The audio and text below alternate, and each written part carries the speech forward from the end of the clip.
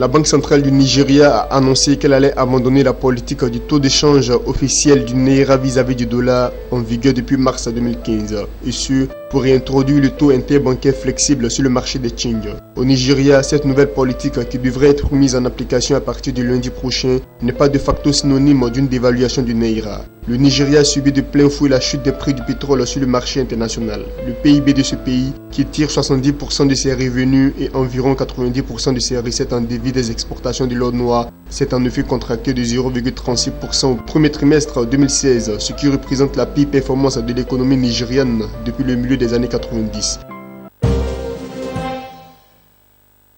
Entre la douane et le fisc camerounais, il y aura désormais une étroite collaboration.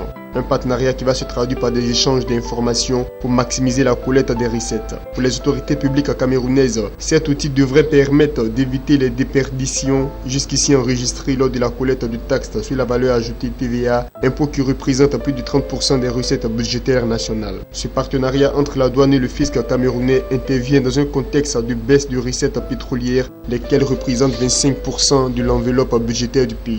L'État camerounais semble trouver en cette solution un moyen pour faire face à ses besoins financiers.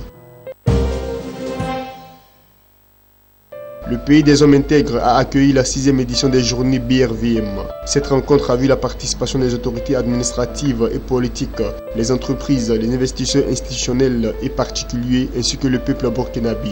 À cette occasion, une table ronde sur le rôle du marché financier régional dans le financement et le développement des économies de l'UEMOA a permis aux sociétés cotées, aux compagnies d'assurance, aux banques et aux sociétés de gestion et d'intermédiation de partager leurs expériences et d'exprimer leurs attentes vis-à-vis du marché.